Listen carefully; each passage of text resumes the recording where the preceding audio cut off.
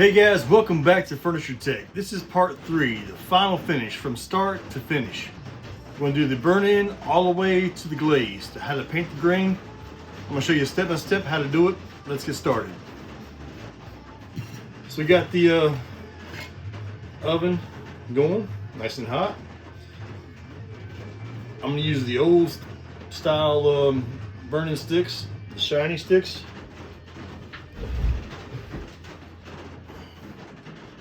You want to melt it in. It's pretty hot.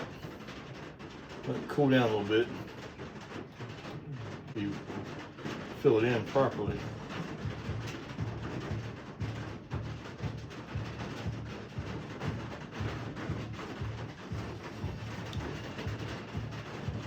All right, so you burn it in, fill in the damage. Wipe off the knife, land the plane. Do not stop, you burn it. It's raining outside. This is a tin roof. This building's really old. It's about 120 years old. I moved it myself with a tractor from the farm next door. Rebuilt it all with furniture parts.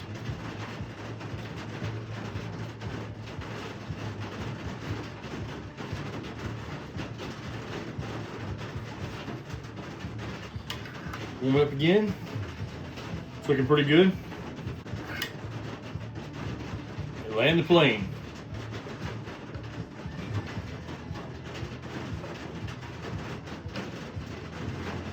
Put some pressure to it. A little bit of pressure to the knife.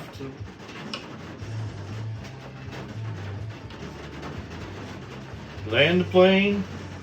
Gently pull it down. Don't stop. Cleaning up the edges, the excess. It's not too hot, it won't burn the finish. All right, feels pretty good. Let's wet sand it. All right guys, here's the burn-in, nice and smooth. I used a lighter color here to show you what I'm doing. Ideally, you want to use a color that matches the background color perfectly. You can mix them together, you know, get them hot, melt them together, lights and darks. So you have some darks here, lights here. Come back and do with the small brush tip pens to touch it up. Keep it small as possible. That's the ideal repair. Stop, pull it down, clean it off, land the plane smoothly, pull it down. That's how I did that, okay? If you stop, you leave burn marks, you leave railroad tracks. You don't want that. That makes a whole big repair. You get bigger and bigger. You don't want that. This is a perfect burn-in. Wrong color, perfect burn-in. All right, so next we have the hard fill sticks I'm gonna use for this small scratch right here. Should I use that with the color closer to the background color than what I did with the burn-in?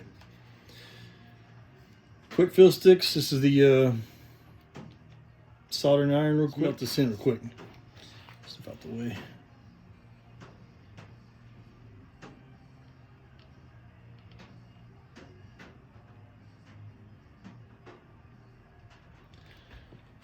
Push it in with your finger while it's still hot. Make it a lot easier for you, especially with the file. Still see a small spot there.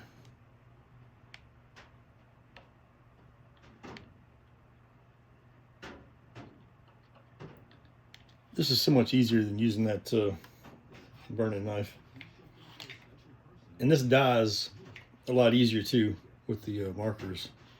These quick fill sticks burn the burn-in. It dies it a lot easier. You can have more play with this. You can, after you dab it with the brush tip markers, come back with that 2000 grit sandpaper with some oil, go across it. It blends right in. It's pretty amazing how easy it is. All right, so we did the burn in. Come back with the file. All right, so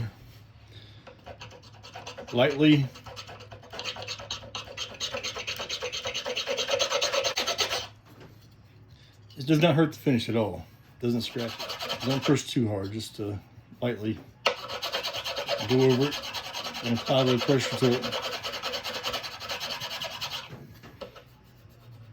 It's pretty good. Come back over with the 2000. You don't really have to do that, but I just do it because it's nice and smooth. That's a really good burn-in. Saying this hard fill kit is the way to go for repairs, especially if you're doing the lines and like I do. Keep it light with the sanding because you know, 400 or below, you might see scratch marks. You don't want that. So I used a light color, brown, I guess, for the fill. Now to do all the camouflage. My favorite, honey spice. Come back in, here. Just dab the burn in.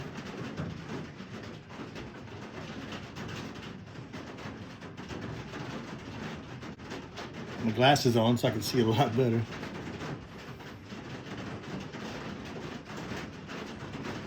Just dab it. Come back with your thumb, tap it. It's going to dye the stain, I should say, the fill in there.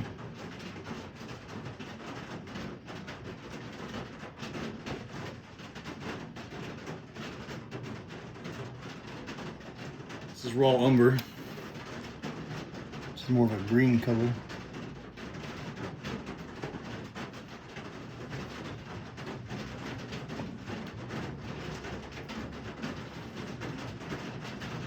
You got to put it where it lives at.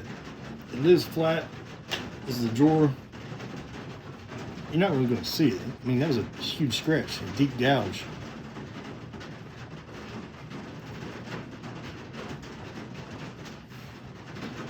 Black pencil. So you have to top coat this, okay?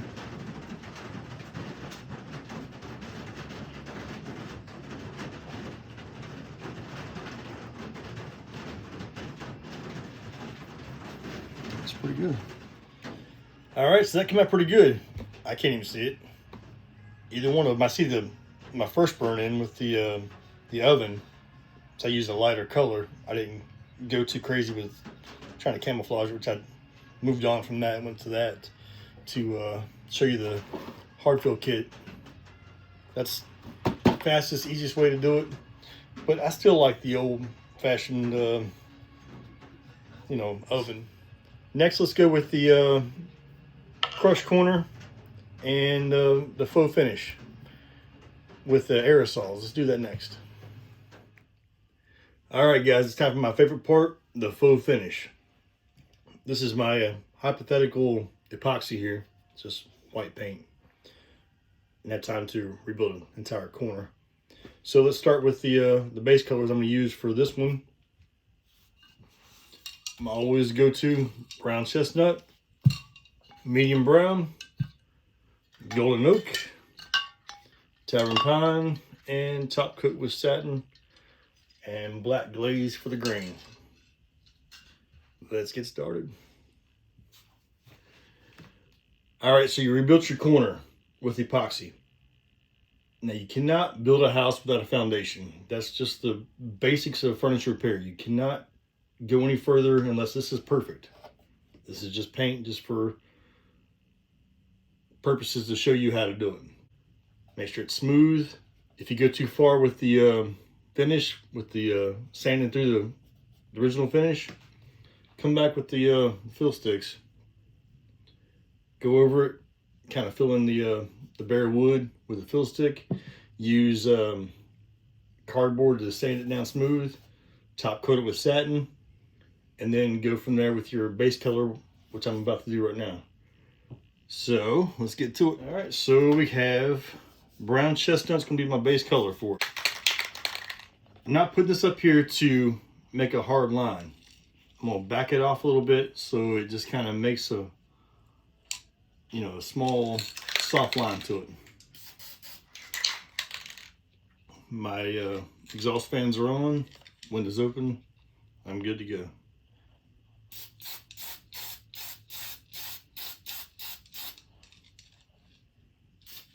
I recommend you wear gloves because you're going to get your hands painted if you don't.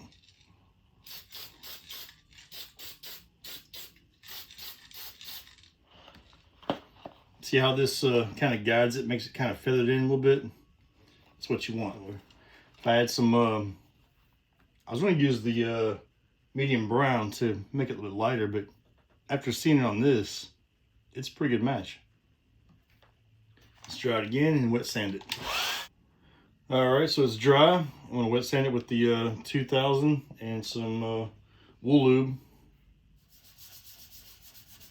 Now right here is where you're gonna see where you screwed up at, if you screw up at all with the epoxy.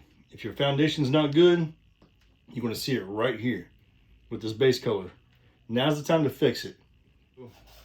Once you put that color on, you're gonna be able to see everything you did, good or bad. So make sure you did it right the first time. This kind of feathers it up a little bit, blends it, so you get that nice background color. All right, so it's dry.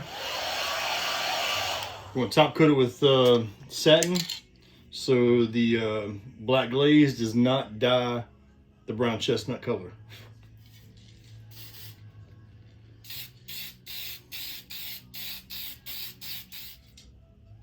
All right, so here's my secret. Divided up, it's harder to see it. Let me show you what I'm talking about. This is Tavern Pine. Don't go all the way to the edge to it. Just lightly back it up about 1 inch away. You don't want a hard line to it.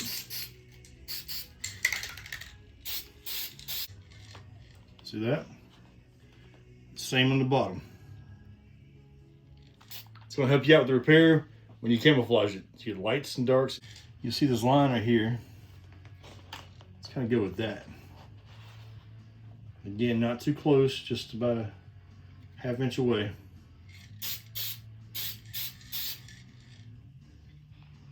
I like that.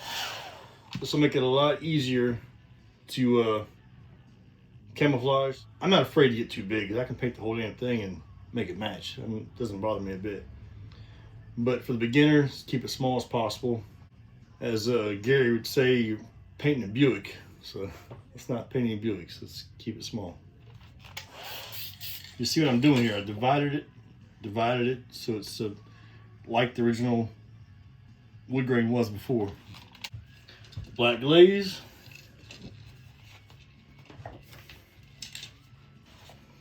Again, you want to cover it so you don't get the entire piece. Small mist.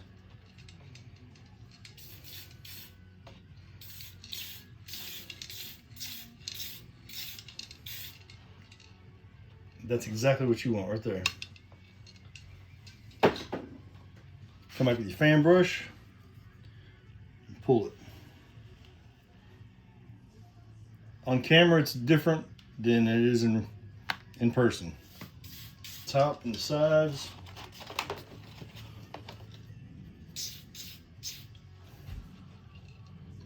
It's looking really good. Fan brush, pull it.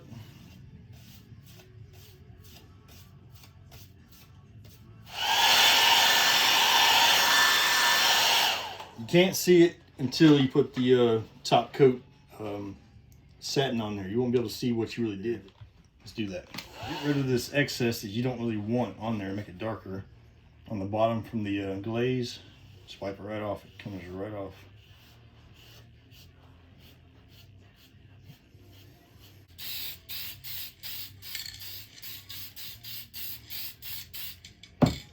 Try that. Now let's go with the golden oak.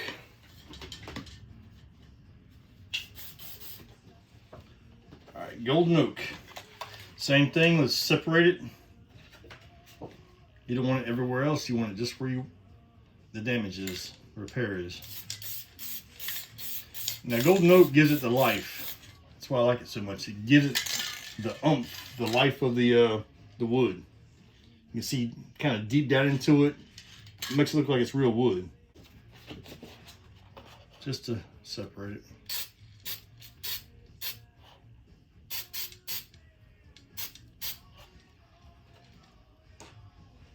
You gotta know when to stop though, okay? You got to know when to stop. It looks really good.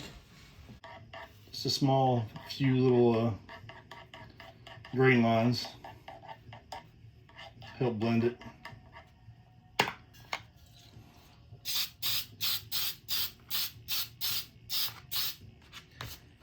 That's looking really good. Let's leave that alone. All right, guys, there it is. Looks pretty good. Just the brown chestnut, golden oak, some black glaze, tavern pine. Remember to divide it with the piece of cardboard, or like I did the piece of paper there. Divide it. That makes the repair disappear so much easier. You really can't tell in the video, but I'm going to show you in a close-up picture. It looks really good. The grain's great. The color's great.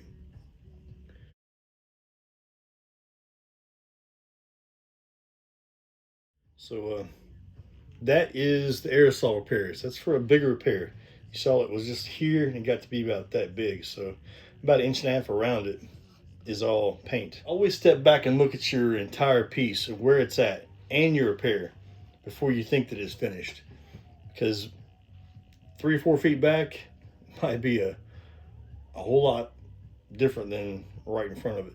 So I'm gonna get a picture of it real quick so you can see what I'm seeing, because camera doesn't do it justice, I promise you that.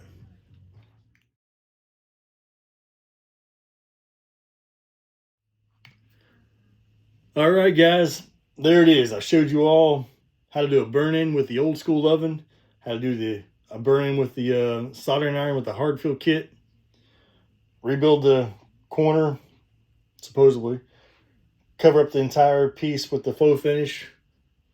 It looks great. The color is great. I'll show you in still pictures because the light in here is not the best for the camera to see. But guys, I do this because I want you all to become the best repairman you can be. I don't know everything. I've learned from other people. So if you can thank me by just liking the video and subscribing, I'd really appreciate that. This takes a lot of work to do all this. So thank you guys. I'll see you all in the next video.